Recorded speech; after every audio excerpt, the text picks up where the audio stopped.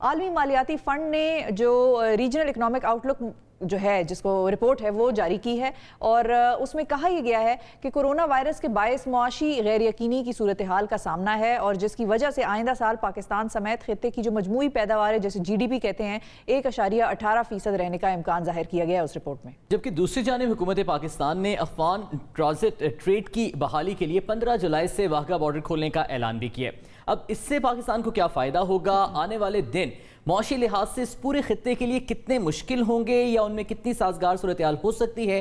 پاکستانی معیشت کا اگلا سال کیسا ہوگا؟ ان تمام معاملات پر بات کریں گے۔ ہمارے ساتھ موجود ہیں ماہر معاشی امور شہباز رانا صاحب۔ شہباز صاحب بہت بہت شکریہ، آپ نے ہمیں وقت دیا۔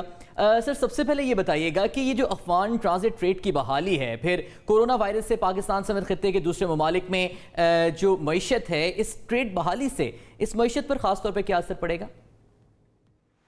جی بہت شکریہ آپ کا۔ دیکھیں یہ جو پاکستان، انڈیا اور افغانستان یہ جو تین ممالک ہیں، ان کے درمیان جو اس طرح کا جو ایک ٹرانزٹ ٹریڈ ہوتا ہے، اس کی بنیادی وجہ یہ ہے کہ افغانستان ایک لینڈ لاک کنٹری ہے، لیکن پاکستان کی اس ایشو کے اوپر ہمیشہ ایک اصولی موقف رہا ہے۔ وہ موقف یہ ہے کہ پاکستان کو سینٹرل ایشیا تک رسائی چاہیے، اس کے بدلے میں افغانستان یہ کہتا ہے کہ اگر آپ نے سینٹرل ایشیا پہنچنا ہے تو پھر آپ ہمیں بھارت تک رسائی دیں۔ ابھی بھی جو افغانستان کا مال ہے وہ بھارت جاتا تو ہے، لیکن وہ واگا بارڈر کے اوپر اس کے جو ٹرکس ہیں وہاں پہ رکتے ہیں اور اس کی ان لوڈنگ ہوتی ہے، پھر وہ نئے ٹرکس میں ڈالا جاتا ہے، اس کی لوڈنگ ہو کے وہ بھارت میں جاتا ہے۔ تو یہ ایک لانگ سٹینڈنگ ایشو ہے، اس کے اوپر کئی دفعہ کمیٹیز بھی بنی ہیں، ایک بائی لیٹرل ایگریمنٹ بھی ہے، وہ اپنی جگہ پہ موجود ہے، اور Pakistan as a member of the world community can not deny Afghanistan a right to trade with any other country, کیونکہ یہ لینڈ لاک جو کنٹریز ہوتی ہیں ان کو ایک سٹیٹس ملا ہوا ہے عالمی قوانین کے تحت۔ لیکن مسئلہ یہ ہے کہ کیا یہ جو ٹریڈ ہو رہی ہے کیا واقعی اس کا ہندوستان بیچ میں جب آ جاتا ہے نا شہباز، تو پھر اس میں ہم نے اپنا فائدہ بھی دیکھنا ہوتا ہے کہ ہمیں اس ٹریڈ کے کھلنے سے کتنا فائدہ ہے۔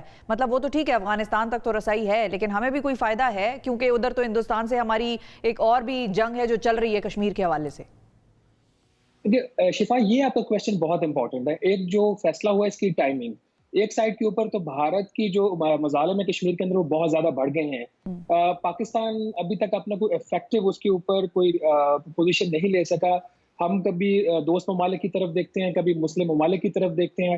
یہی کام جو بھارت نے کشمیر کے کیس میں پاکستان کے ساتھ کیا تھا، انہوں نے چین کے ساتھ بھی کیا تھا لداخ کے اوپر۔ چین نے اس کا منہ توڑ جواب دیا اور بھارت کو وہاں سے ڈیفیٹ ہوئی، اس کو پیچھے ہٹنا پڑا، اور وہاں پہ اب ڈی ایسکیلیشن ہو رہی ہے، اس میں چین کو زیادہ فائدہ ہوا ہے۔ پاکستان کی جو پوزیشن تھی وہ بالکل بھی اس معاملے میں دفاعی طور پر کلیئر نہیں تھی، لیکن یہ چونکہ ڈیفینس کا ایشو اس کے اوپر میں زیادہ کمنٹ نہیں کروں گا۔ اصل جو چیز ہے جس کی طرف آپ کا اشارہ ہے وہ ہے کیا پاکستان کو فائدہ ہوگا؟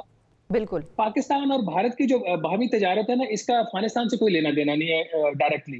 ہمارا ابھی تک جو آفیشیلی تو ہماری جو ٹریڈ ہے وہ بھارت کے ساتھ منقطع ہے، سوائے چند چیزوں کے جو ہم بھارت کے ساتھ بھارت سے امپورٹ اس وقت کر رہے ہیں، وہ ایمرجنسی کی صورتحال میں کچھ میڈیسن ہیں اور چیزیں ہیں، لیکن اس کا مطلب یہ نہیں ہے کہ بھارت کی جو اشیاء وہ پاکستان میں فروخت نہیں ہو رہی۔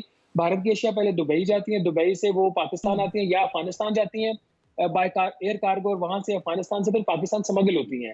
تو یہ جو ایشو پاکستان اور بھارت کی تجارت کا ہے یہ بہت پرانا ایشو ہے۔ اس کی طرف جو ایک بہت بڑا ایک قدم جب اٹھایا گیا تھا 2014 کی بات، اگر میں غلط نہیں ہوں، جب ہم نے ٹریڈ کو نارملائز کرنے کی کوشش کی تھی، لیکن وہ کچھ حلقوں کو وہ بات پسند نہیں آئی تھی اور وہ پروسیس وہاں سے ریورس ہو گیا تھا۔ تو جہاں تک آپ کا سوال تھا کیا اس موو سے پاکستان کو فائدہ ہوگا، پاکستان کو شاید اس کا بہت زیادہ کوئی فائدہ نہیں ہوگا۔ اس کی دو وجوہات ہیں۔ نمبر 1 تو سیکیورٹی ریزن، جس کی وجہ سے ہم اپنی جو پالیسیز ہیں کھل کر سامنے نہیں لے کے آ رہے، اور نمبر 2 پاکستان کا جو کمپیٹیٹو ایج ہے اوور انڈیا وہ بہت کم ہے۔ ہمارا جو اگر ایج ہے وہ دو چیزوں کے اوپر، اور اس کے اوپر ہم نے پابندی لگوائی ہوئی ہے۔ ایک جو بھارت کے اندر جو میڈیسنز پیدا وہ بنا رہے ہیں وہ پاکستان سے بہت زیادہ سستی ہیں، خاص طور پر اگر آپ کینسر کی میڈیسن کی ایگزامپل لیں تو میرا خیال 10 گنا شاید وہاں پہ سستی ہے۔ اسی طرح جو وہاں پہ گاڑیاں بنتی ہیں وہ پاکستان سے کئی گنا زیادہ سستی ہیں۔